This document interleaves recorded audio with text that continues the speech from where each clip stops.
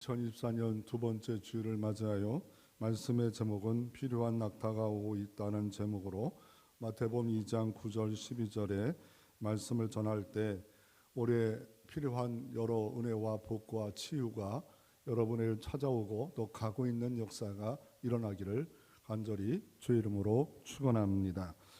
이 땅에 조선시대만 해도 너무 가난했고 옛날에 선교사들이 경복궁 주변을 촬영했던 것을 보면 그 옆에 이런 개울이 있는데 똥이 가득 차 있는 그런 민족이었습니다. 질퍽질퍽 비가 오면 똥물이 흐르고, 왜냐하면 똥을 퍼서 날려야 되는데 그냥 비 오니까 퍼서 날라서 대한민국이 그만큼 가난했지만 복음이 들어온 지 한 135년 됐나요? 이제 세계 10위 경제 국가가 됐고 국방으로는 6위 국가가 됐다는 것은 다른 대한민국이 5천년 역사라고 하면 어떤 것이 그렇게 복을 받게 해주셨는가.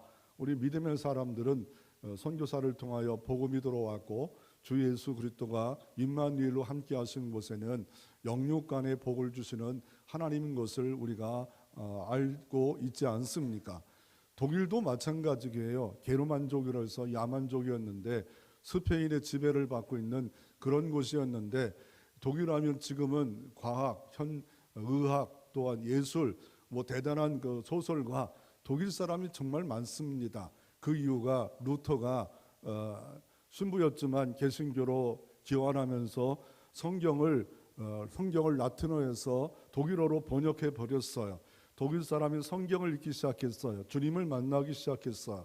그럴 때 그 독일에 하나님이 은혜를 주셨고 지혜를 주셨고, 그래서 독일이 그 많은 복을 받아 누리는 민족이 되었다라고 말하고 있습니다. 아니, 신약도 모르는 유대인들은 얼마나 세상에서 노벨상뿐만 아니라 경제, 또한 모든 과학, 지식 이런 것에 뛰어난 민족으로 살고 있지 않겠습니까? 그래서 우리가 올해 이렇게 두 번째 이렇게 살고 있지만 우리에게 필요한 건 하나님의 은혜입니다. 우리가 필요한 건 하나님의 복입니다. 우리에게 필요한 건 하나님의 도움이다. 그거를 필요한 낙타가 오고 있다라고 이렇게 상징적으로 표현하고 있는 제목으로 오늘 은혜를 받기를 원하고 있습니다.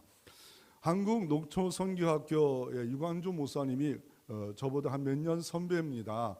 이분이 부목사로 사역을 하다가 다른 교회에 부임할 수 있는 기회가 왔음에도 불구하고 그 마음에 꿈이 있었습니다. 농촌 선교를 하자, 농촌을 알아야 된다. 그래서 강원도 정선에 한 1000m 정도 높인 산 곳에 가서 이렇게 정착을 하러 또 서울에 있는 연희 교회에 있다가 부목사 있다가 떠나갑니다.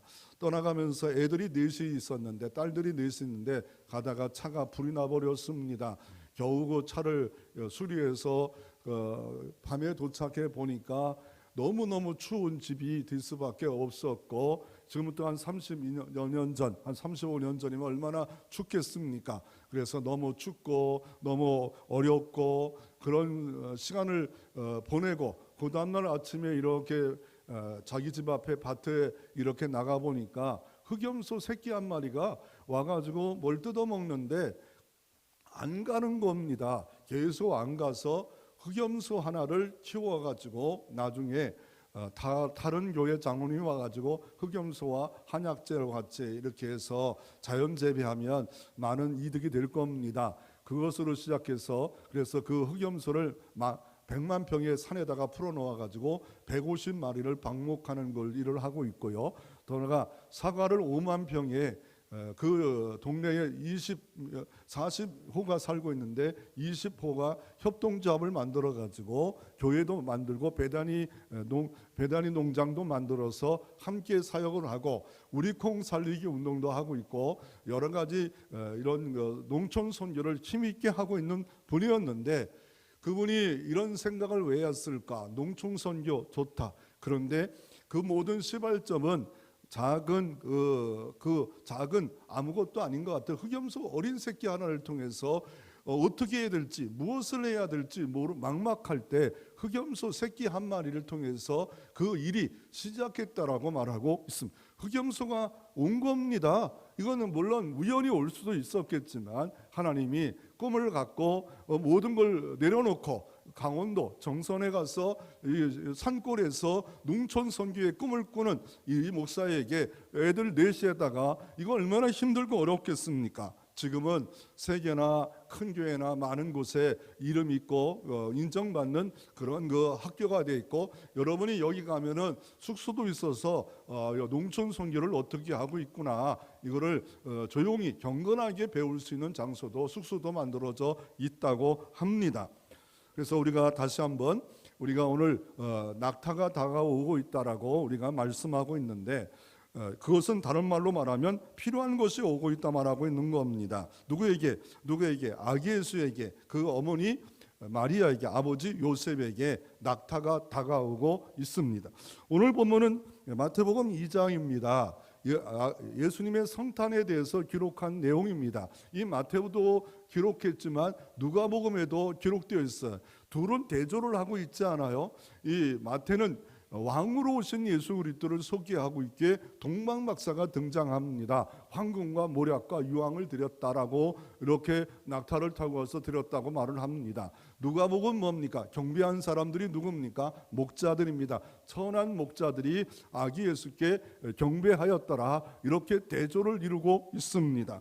그리고 2장 1절에 헤롯 왕 때입니다. 왕은 예루살렘에 있었습니다. 그리고 이 예수 그리스도는 탄생한 장소가 어딥니까? 베들레헴에 탄생했습니다. 그 예루살렘과 베들레헴 거리는 1.7km, 그러니까 그렇게 먼 거리가 아닙니다. 가까운 거리에 있는 예루살렘보다 조금 더 높은 곳에 있는, 이런 곳에 있는 베들레헴에서 예수 그리스도가 탄생합니다. 그런데 그 경배하러 온 사람들이 오늘 마태복음 보면 동방박사들입니다. 우리가 어린 시절에 동방박사 세 사람이 왔다라고 말을 하지만, 동방박사 왜요? 황금, 모략, 유황을 드렸기에 세 사람이다가 연극할 때는 필요하지만, 그러나 세 사람이 네 사람인지 정확히는 알 수가 없습니다. 많은 사람들이 고대 사이에 이렇게 한 2달 내지 1년을 걸쳐서 오는 페르시아에서 여기까지 오는 길에 도적과 강도를 안 만나려면 적어도 30명의 수행원을 있어야만이 되지 않았는가. 동방박사들인데 점성술과입니다. 지금 말하면 과학자들입니다. 그 당시에 과학은 별을 연구해서 모든 이런 것도, 우리가 세종대왕도 이렇게 별들을 연구했잖아요. 그때 별들을 연구하는 사람들, 과학자들이었습니다. 이들이 어느 날 보니까 특별한 별이 떴습니다. 근데 그 별이 성경에 보면 민수기 23장에 하나님의 별, 그의 별이 등장하리라고 말씀했기 때문에 그 페르시아에 누가 있었어요? 다니엘도 있었고 포로로 잡혀갔던 사람들이 있었지 않겠습니까? 그들이 가지고 있는 성경도 있었고 문헌도 있었는지 몰라도 공복계나 하는 사람들이 그것을 보고 감동을 받아 하나님께 붙잡혀서 머나먼 거리를 순례길을 떠나갑니다. 그런데 베들레헴에 와야 하지 않겠습니까? 그 별들이 분명히 떴는데 별들을 보았는데 예루살렘에 들어가 버려요. 왜요? 예루살렘 들어가는 이유가 뭐예요? 별이 떴어요. 별이 떴는데 별들 왔는데 왜 베들레헴 안 갑니까? 별이 정확하게 어려운 지점으로 해석을 잘못한 겁니다. 우리가 신비로운 영성 운동을 할 때 우리가 조심할 것은 뭐냐면, 그게 정확하지 않을 수 있는 것. 신비한 일도 있을 수 있지만 베들레헴의 탄생인데 예루살렘을 증목할 수도 있다는 것을 알 필요가 있습니다. 신비한 일도 성경 밑에 있어야지 성경 위에 있을 수가 없습니다. 헤롯 왕을 만납니다. 헤롯 왕을 만나가지고 유다 나라의 왕이 아니라 유대인의 왕이 어디 있습니까? 라고 묻습니다. 그랬더니 이 헤롯은 몰라요. 모르니까 누구를 부릅니까? 대제사장과 서기관들, 율법사라고 교법사라는 이 성경께는 아는 사람을 부르니까 미가서 5장 2절에 보면 작은 마을 베들레헴에 유다 족속으로 탄생한다고 했습니다. 그랬더니 어떻게 해야 돼? 경배했다라고 해야 되는데 소동합니다. 막 난리가 난 거예요. 이거 좋은 난리가 아니라 이게 결국은 이 헤롯이 어떻게 합니까? 자기 그 왕권을 유지하기 위해서 난지 2개월 된 2년 된 밑에 있는 아이를 다, 베들레헴 아이를 다 죽여버리는 일들이 벌어집니다. 그렇게 나서 헤롯 왕이 말합니다. 동방 박사들이요, 이 예수 탄생을 보거든 나에게 자세히 말해줘라. 그래서 어떻게 합니까? 알았다고 하는데 별들이 없어졌다가 다시 별들이 떠올라서 베들레헴까지 정확하게 인도하는 역사가 오늘 본문의 역사입니다. 그 별이 머물러 있는 것을 보고 매우 크게 기뻐하였더라라고 하고, 별은 이제 사역이 끝났기 때문에 신비한 거는 항상 신비한 게 있는 게 아니에요. 신비한 게 없어져 버렸어요. 그리고 그 집에 들어가 보니까 이제 마구간이 아니에요. 집에 들어가는 거 보니까 어느 정도 시간은 흘러가는 것을 말하고 있지 않습니까? 얼마나 흘러가는 정확히 모르겠어요. 그 들어가서 보니까 누구께 경배합니까? 어머니도 있었고 아기도 있었는데 오늘 11절에 보면 먼저 아기를 봅니다. 예배가 뭐예요? 아기를 보는 거예요. 예수를 보는 거예요. 이 시간에 예수를 보지 않으면 참 예배가 되지 않아요. 목사 볼 필요도 없고요. 더 나아가 이곳에 있는 모든 그 예배 수종자를 볼 사람도 없고 옆 사람 볼 것도 없고, 아기 예수를 보는 게 예배예요. 누가? 내가 나와서 예배를 드리는 거예요. 보는 거예요. 볼 때 은혜 받는 거예요. 그리고 어떻게 합니까? 엎드려지는 거예요. 마음이 엎드려지. 내가 죄인입니다. 내가 악인입니다. 내가 죄인의 기수입니다. 엎드려지는 게 예배입니다. 그리고 뭡니까? 아기께 경배하는 겁니다. 최고로 온 마음 다하여 하나님께 경배할 때 예배의 성공자가 될 수 있는 겁니다. 그리고 하나님께 황금과 모략과 유황을 예배 속에 드려지는 겁니다. 드려짐의 삶까지 있을 때 이때 이게 진정한 예배자가 될 수 있습니다. 그런데 오늘 본문에 보면 말씀의 제목이 필요한 낙타가 오고 있다라고 이렇게 말씀을 정했어요. 그리고 준비를 했어요. 그 이유가 여러분 교회의 주부에도 보면 누가 이런 설교를 하고 있더라고요. 책이 있더라고요. 많지 않아요. 근데 제목이 너무 새로웠어요. 낙타가 오고 있다. 미국 미네소타 교회 목사님의 책에서 이런 글이 있는데, 이분이 왜 이런 글을 썼냐면요, 쓴 이유가 뭐냐면 교회 앞에 있는 건물을 교육관을 사용하려고 매일매일 돌았대요. 하나님 주세요. 이거 주세요. 믿음으로 기대하고 돌면 준다고 하셨지 않았어요? 하나님 주세요. 그런데 그것이 팔려가지고 술집이 돼버렸대요. 그럴 때 얼마나 낙심이 오겠어요. 낙심이 오고 하나님께 기도하는데 갑자기 하나님의 음성이 들려옵니다. 낙타가 오고 있다. 낙타에 실려있는 게 뭐예요? 황금과 모략과 유황이다.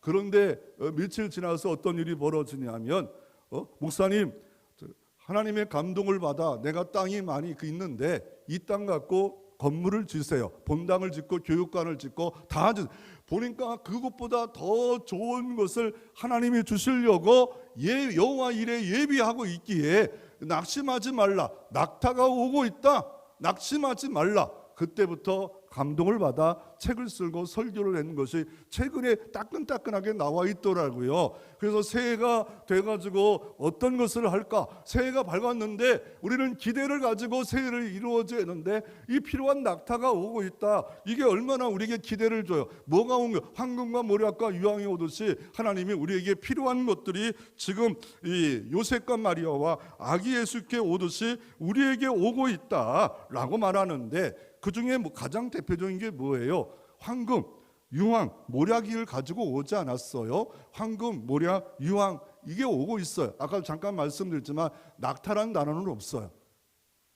이 말은 어떤 책에도 인터넷에는 없더라고요. 그 낙타를 제가 이분 때문에 낙타를 다 마태복음 다 요한복음 다 뒤져본 낙타라는 단어가 없어요. 그러나 보통 낙타를 타고 왔겠다라는 상징적 단어, 낙이라고도 바꿔도 상관없어요. 우리가 알고 있는 성경이 말하지 않으면 말하지 않아도 되는데, 그러나 뭔가 타고 왔기 때문에 그냥 낙타를 타고 왔다 이렇게 생각하면 되고요. 황금과 유황과 모략은 성경에 분명히 있습니다. 왜 굳이 그 수많은 많은 것들 중에서 왜 이걸 가지고 왔을까? 황금은 뭘 의미할까? 유황은 뭘 의미할까? 모략은 뭘 의미할까? 이 황금과 이 유황과 모략을, 황금은 여러분 다 아시잖아요. 황금은 바로 헤롯 왕은 이 땅에 유다의 왕이지만 유대인의 왕으로, 만왕의 왕으로 오셨음을 인정하는 의미에서 황금을 예수님께 드려집니다. 두 번째 뭘 드려져요? 유황을 드려져요. 유황하면 언제 많이 사용되었습니까? 제사 드릴 때 유황을 꼭 드립니다. 레위기 2장에 봐도 필요 없는 게 있다, 필요한 거 있다. 유황과 소금을 꼭 드려라. 유황, 그리고 따로 분류합니다. 뭘 의미합니까? 이게 제사장들의 꼭 필요한 것들이 유황이고 향기 나는 것입니다. 향기로운 삶입니다. 다시 첫 번째부터 다시 바꾸면 뭐예요? 황금을 드렸다는 건 뭡니까? 예수 그리스도, 바로 아기 예수 그리스도. 지금 정말 저 핏덩어리 조금 없어진 그 아기 예수가 나의 왕입니다. 큰 나라 페르시아의 박사들이, 과학자들이 지금 뭡니까? 이성만 갖고 있는 게 아니에요. 과학도 갖고 있지만 영성도 갖고 있어서 그분께 드려지고 그분께 경배하면서 당신은 나의 왕입니다. 예배 속에 우리가 기도해야 될 것이 뭡니까? 주님은 나의 왕입니다. 왕이면 뭐예요? 나를 다스리시옵소서. 올해 한 해 나를 다스리시옵소서. 나를 다스리셔서 하나님의 뜻대로만 사용되어지게 주옵소서. 당신은 나의 왕입니다. 만왕의 왕이십니다. 그분의 결정권대로 나는 죽습니다. 장하 교회생, 장하 가정생, 내가 죽어야 교회가 살고 내가 죽어야 가정이 사는데 내가 그리스도와 함께 십자가에 못 박혀 죽었나니 이제 내가 산 것이 아니요 오직 내 안에 사신 예수 그리스도께서 사신 것이라. 주님 나를 통치해 주시옵소서. 주님은 나의 왕이십니다. 그런 의미에서 드려졌고, 주님은 뭡니까? 대제사장이었습니다. 우리의 죄와 상처와 아픔을, 언약을 하나님께 드려지고 치유하셔서 향기 나는 삶을 우리에게 주시기에 하나님 이제는 향기 나는 삶을 살기를 원합니다. 드려지기만 하는 게 아니라 그거의 대표적인 것이 뭡니까? 하나님께 향기 나는 것이 뭡니까? 선교하는 겁니다. 하나님의 나라를 세우는 겁니다. 하나님의 나라를 나를 통해서 세워져서 지옥 갈 영혼들 불쌍히 여겨서 데려와 하나님께 드려지는 역사, 이게 바로 대제사장인들이 했던 것들. 제사장들이 죄 가운데 있는 사람들을 주님 앞에 나가 제사장 나라가 되어서 했던 것들을 아브라함이 너를 통해서 세상 열방이 복을 받으리라 했던 이 일들을 열국의 아비가 되는 일들을 할 때 가장 아름답게 하나님 보기에는 아름다워요. 아름다운 발이 돼요. 주님이 이렇게 말합니다. 빌립보서 4장 19절에 하나님 영광 가운데 모든 쓸 것을 풍성하게 너희에게 채워주시리라. 하나님께 영광이 언제 드립니까? 내 욕심 채우는 게 아니라 하나님의 나라가 이루어 주옵소서. 하나님 나를 통치해 주셔서 하나님의 향기만이, 하나님 나라의 향기만이 내게 드러나게 하옵소서. 내가 죽지 않으면 절대 나타날 수 없는 나라가 하나님의 나라입니다. 또 모략을 드려요. 모략. 이 모략을 누가 가져왔어요? 요한복음 19장 39절에 니고데모가 밤중에 모략과 친향이 섞인 걸 100금쯤 갖고 왔대요. 이 100근을 대충 보니까 20kg 쌀 3포대 정도 크기더라고요. 그러니 이 100근을 가져온 무게도 상당히 나가는데 왜 갖고 왔을까요? 예수님의 죽음을 기념하기 원해서 니고데모가 가져온 거예요. 물론 부자였다. 부자라고 이렇게 가져올 수 있을까요? 비싼 겁니다.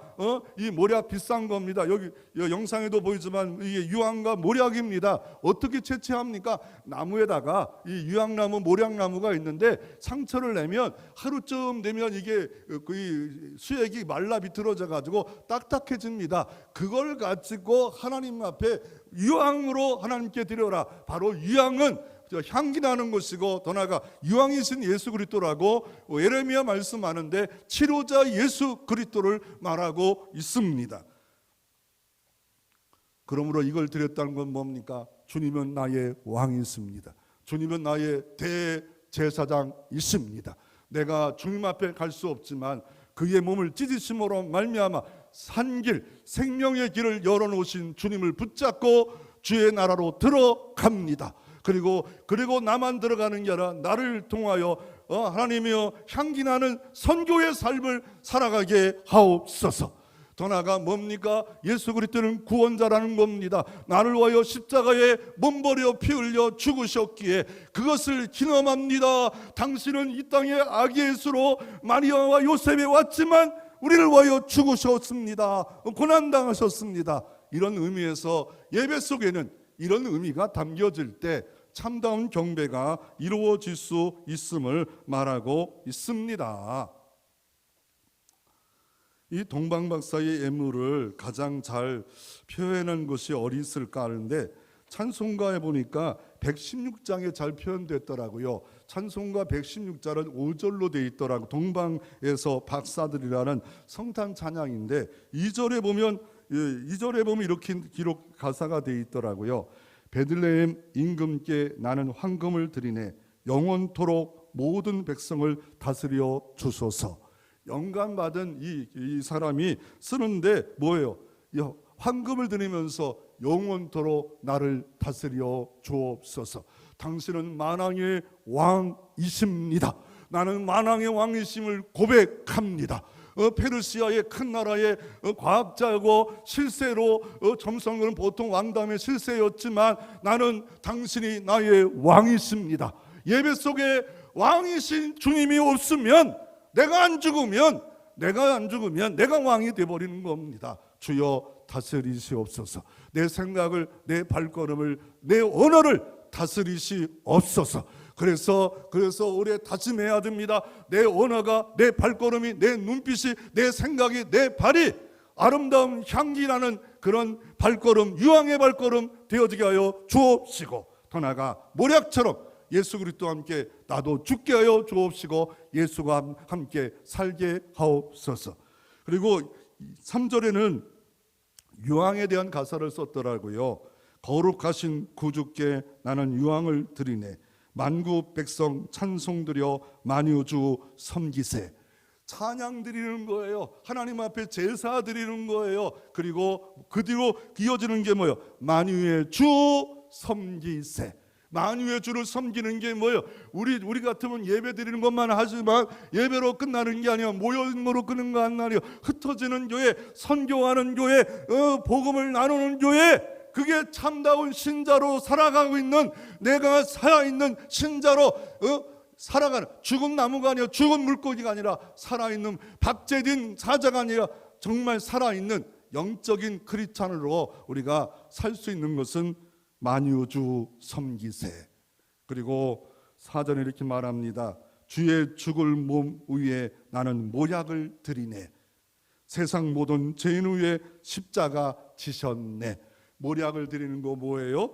주의 죽으신 몸 위에, 지금 아기께 드리는데 주의 죽으신 몸 위에, 나를 위하여 죽으실 몸 위에, 다 이루실 주의 죽으실 몸 위에 나는 모략 드리네. 세상 모든 죄인 위에 십자가 지셨네.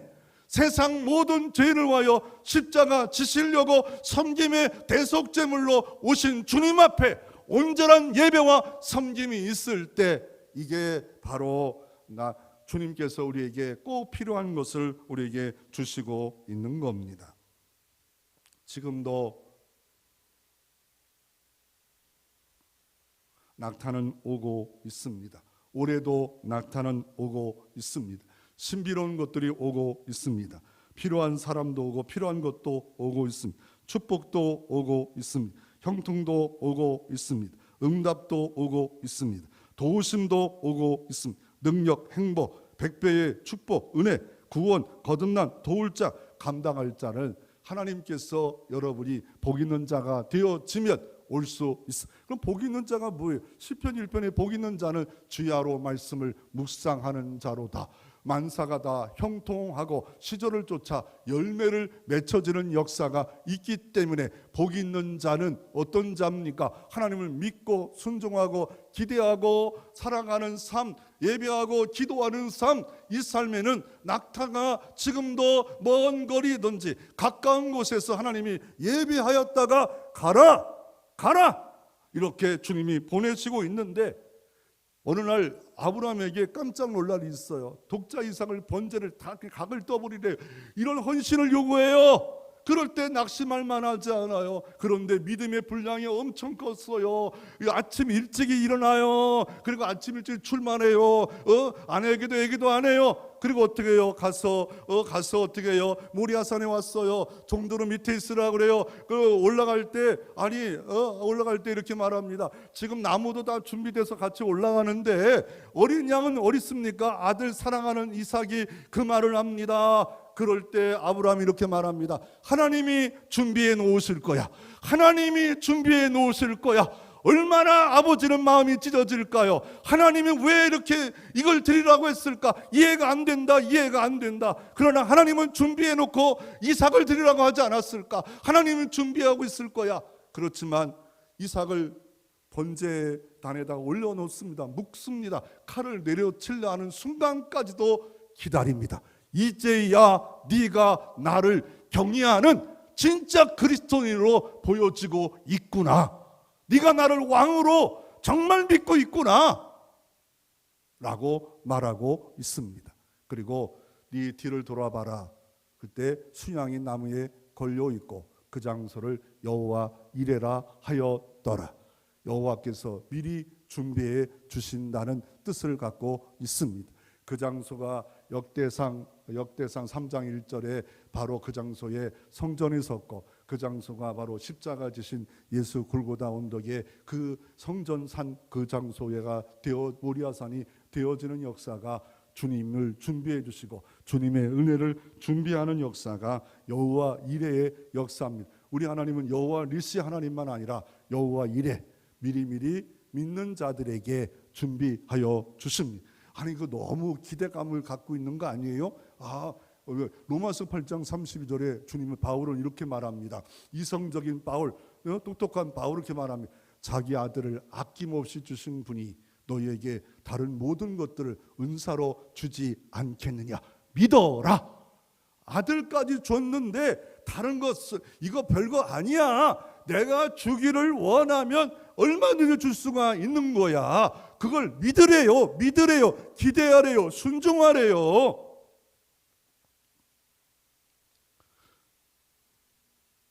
필요한 것들이 지금 오고 있는데 낙타만 오고 있을까요? 아닙니다. 큰 별을 명하심에 떠올랐고 동방박사들을 그 별을 보고 수개월 동안 움직이는 역사가 이루어지는 하나님이 오고 있습니다. 또 어떤 일이 있을까요? 바로 아우구스도 황제가 옥타비누스 황제가 호정력을 함으로 말미암아 그를 움직여서 어떻게 해요?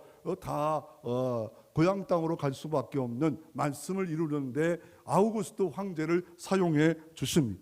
천사를 또 사용했습니다. 천사들 가브리엘 천사야 가서 일하라. 그럴 때 어떻습니까? 목자들이 천사 소리를 들었고 마리아가 천사의 소리 들었고 요셉이 꿈속이나 직접 하나님의 말씀을 들어 지금 이 예수를 탄생하는 게 힘들고 어렵고 복잡하지만 감당할 수 있도록 하나님이 여호와 이레 일하실 수 있도록 준비해 주시고 더 나아가 뱃속에 아이를 가졌을 때 벌써 아이를 낳을 수 없는 엘리자벳 이모를 봤을 때 나 아기를 가질 수 없지만 사가를 통해서 기도했고 응답받아서 애를 가져서 복중에 6개월이 됐지 않냐. 그리고 네 뱃속에 있는 거는 바로 메시아다.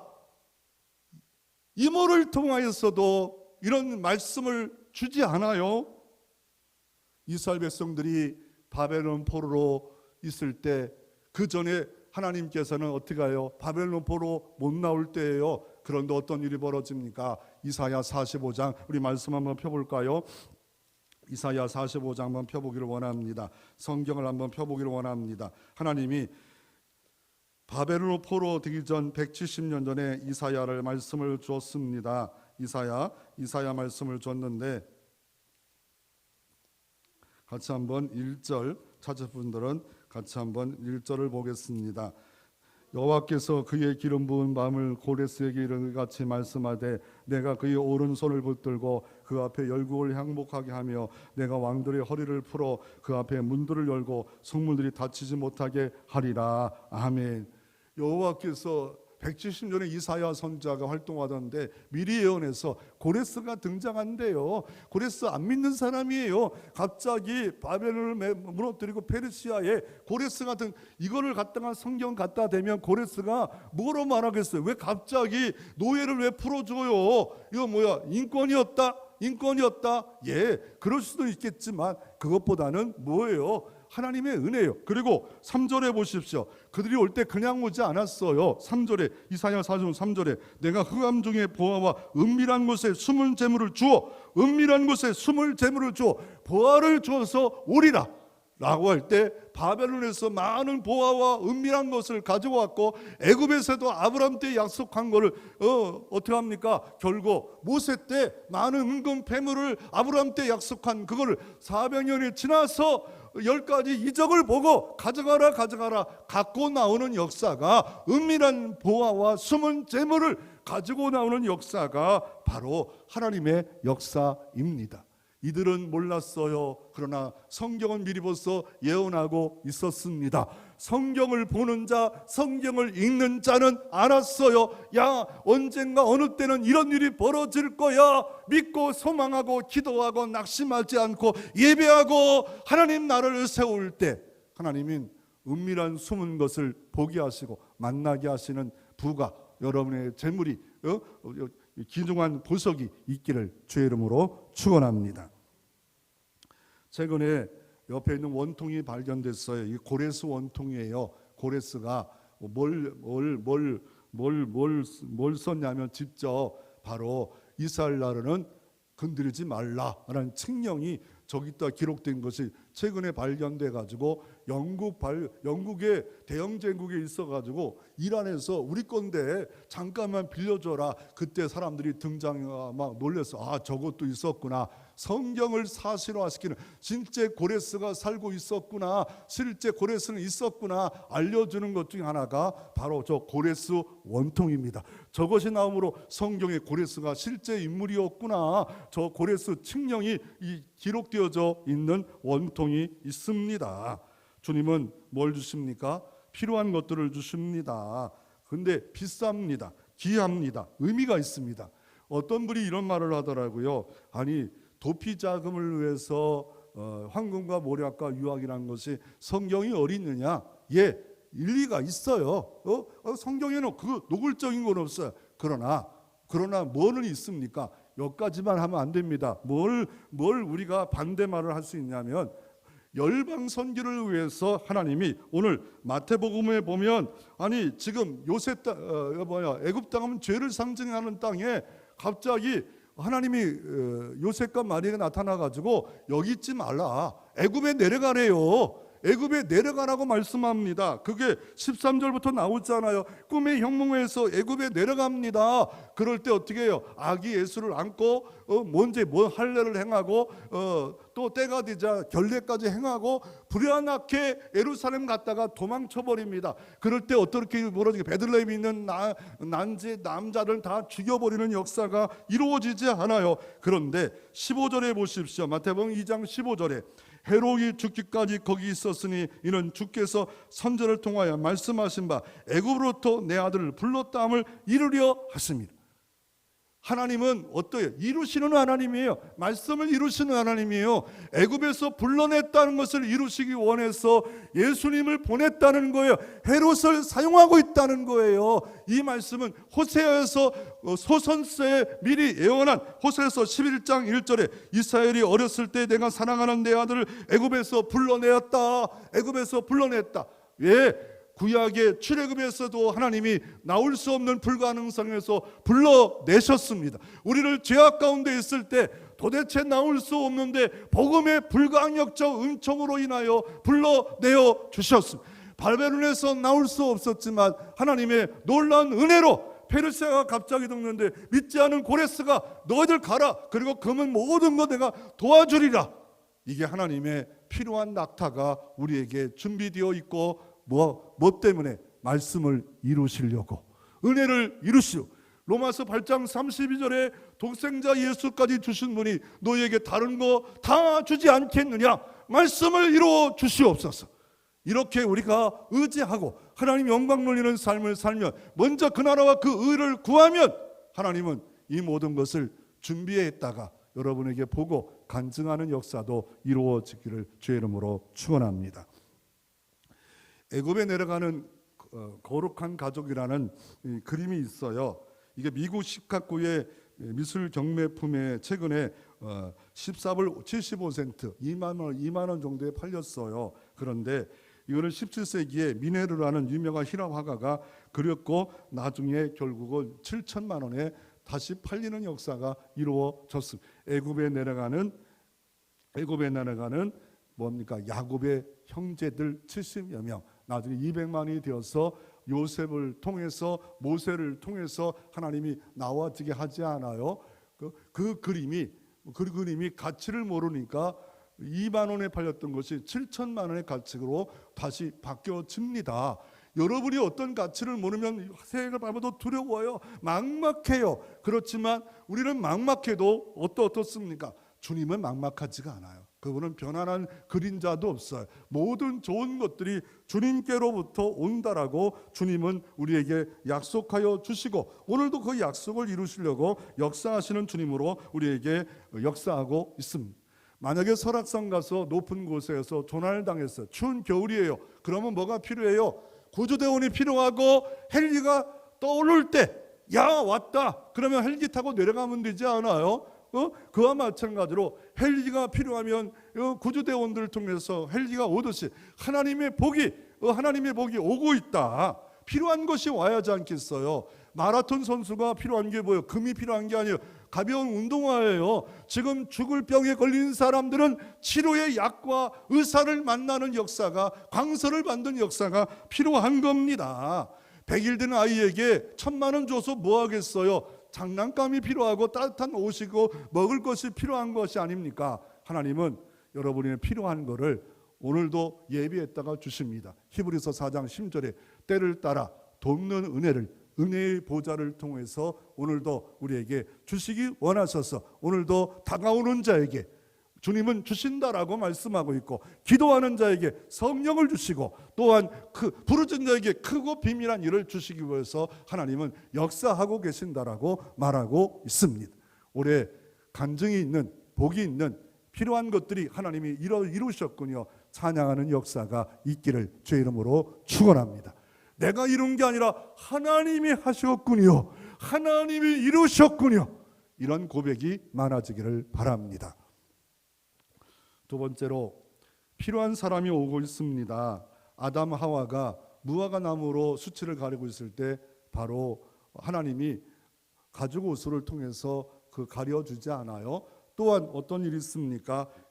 어떤 요셉이 형들이 시기를 해서 구덩이에다가 죽이려고 합니다. 그럴 때 미디안 장사꾼이 오고 있지 않아요? 이거 뭘 우연일 수 있지만 결국 애굽까지 가서 팔려가지고 하나님 아브라함의 약속을 이루시는 역사가 미디안 장사꾼을 통해서 이루어지는 역사가 있지 않아요? 다윗은 어떻습니까? 아둘람굴에 슬픔 당하는 자 600명이 같이 모였는데 그일라스란 한 5,000m 앞에 있는 곳에 블레셋 사람이 농사를 다 거두려고 하니까 쳐들어왔어요. 그럴 때 자기들도 도망자였는데 블레셋 사람이 쳐들어왔을 때 등한시해야죠.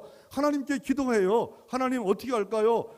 그를 도와주래요. 그러면 그 사람들이 우리를 도와줄까요? 안 도와준대요. 그래서 사람들에게 말을 해요. 옆에 우리 동족 그일라가 블레셋이 농사져서 빼앗고 사람 죽이러 왔는데 도와주자 그랬더니 뭐 안 됩니다. 우리도 도망자인데 어떻게 우리를 도와줄 수 있습니까? 라고 말을 합니다. 그럼에도 불구하고 그일라를 도와줘요. 역시 하나님의 뜻대로 그들이 고발함으로 말미암아 어떻게 해요? 이 사울왕이 군사 3,000명이 포위돼서 좋아요. 그럴 때 다윗은 어떻게 합니까? 낙헌제를 드려요. 즐거울라. 하나님 죽어도 죽습니다. 나 천국 가는 겁니다. 하나님이 일하다가 천국 가는 겁니다. 거룩한 배짱을 갖고 예배합니다. 그랬더니 어떤 일이 벌어져요? 첩보원이 블레셋 군사가 예루살렘 쳐들어갔는데요. 여기 있다가는 예루살렘 떨어지면 우리나라 끝장납니다. 3,000명을 데리고 다시 돌아가는 역사가 있었더라. 그리고 그 중간에 어떤 일이 벌어집니까? 이 아둘람굴에 있을 때 어떤 일이 그일라를 돕고 지금 자기를 배반한다는 것을 알고 있을 때 다윗이라고 마음이 상심하지 않았겠습니까? 사울왕 아들 요나단을 보냅니다. 사울왕 아들 요나단 실제 왕자입니다. 세자입니다. 와서 말합니다. 나는 지금 이 왕복과 이 왕자복 이외에는 실제는 하나님 당신은 왕이다. 당신은 왕이다. 지금 도망자 신세였지만 왕이라고 말합니다. 그 모든 정보를 사울왕의 모든 정보를 갖고 있는 요나단이 사울왕의 아들이 도와줍니다. 모세도 마찬가지잖아요. 모세도 죽을 수밖에 없을 때 누가 도와요? 바로의 공주의 딸이 갈대 상자에다가 최선을 다해요. 하나님 예쁩니다. 준수합니다. 이 아이 죽일 수 갈대 상자에 역창을 발라가지고 그 엄마가 얼마나 가슴이 찢어질까요? 누이가 쫓아가요. 갈대 상자를. 그리고 누이가 말합니다. 그 바로 공주가 딸이 보고 저 아이를 건져와라. 유무가 필요하다면 제가 모시고 올게. 친엄마가 키우는 역사, 삭을 받고 키우는 역사가 하나님이 필요한 사람을 주시는 역사가 이렇게 있다라고 말하고 있습니다. 더 좋은 선물은 오고 있습니다. 누가복음 2장 11절에 오늘날 다윗의 동네를 위하여 너희를 위하여 구주가 나셨으니 곧 그리스도 주시니라. 바로 예수 그리스도가 가장 큰 위대한 선물입니다. 왜요? 예수 그리스도는 우리 인생의 최고의 선물이고, 예수 그리스도는 당신이 목말하던 바로 그 진리이고, 예수 그리스도는 당신이 애타게 찾던 바로 그 길이고, 예수 그리스도는 당신의 영혼을 만족시킬 바로 그 생명입니다. 아무것도 염려하지 말라의 조이 마일스라는 사람은 아무것도 책에 이렇게 이랬습니다. 화나고 흥분해서 어리석은 짓을 하는 대신에 우리는 낙타가 오고 있다고 고백해야 될 것이다. 하나님의 시간표는 내 시간표와 다르다. 낙타가 오고 있다고 고백해야지 화나고 분노하고 표출하는 것보다는, 염려하는 것보다는 하나님 앞에 낙타가 오고 있습니다. 나를 도와줄 자가 오고 있습니다. 필요한 사람이 누구였습니까? 바울에게는 몸에 가시가 있었어요. 그러기에 평생 그를 따르는 의사가 함께 했습니다. 모세는 죽을 환경이었지만 바로의 공주의 딸을 따르게 했습니다. 베드로는 어떻습니까? 하나님 앞에 귀하게 쓰임받지 화가 너무 많아요. 옆에 사도 요한, 온유한 자를 붙여주십니다. 다윗이 늘 어려울 때 요나단을 통해서 하나님이 그에게 함께하는 사람을 붙여주는 인복의 역사가 이루어 주십니다.